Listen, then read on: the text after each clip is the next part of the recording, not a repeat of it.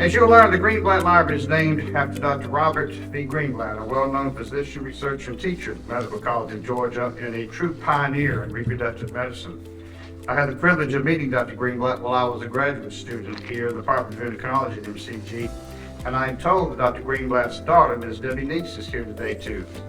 As a double JAG myself, this space means a lot to me personally, as I've spent countless hours reading journal articles and writing papers while attending our legacy institution at Medical College of Georgia. In fact, my PhD was in the building just directly across the street here. It's modern and it's good for learning, and that's really what universities are all about.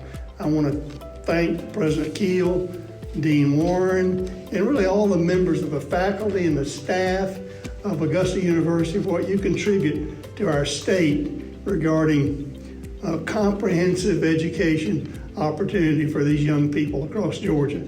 A library is really many things. It's a collection of resources, materials for scholarship, teaching, and research. It's a provision of services by expert faculty and staff to meet and exceed the needs of students, faculty, researchers, staff, and patients here at AU. And the space is also a gathering place for the AU community.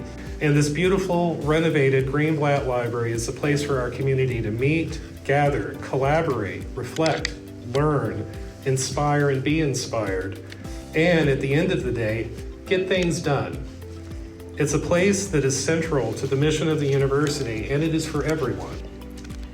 The Greenblatt Library is the second oldest academic library in the university system of Georgia.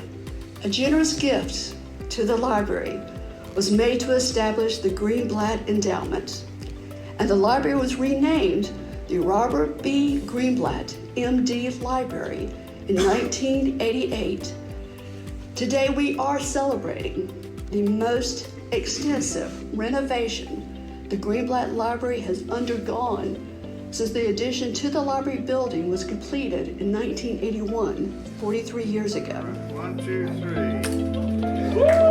3.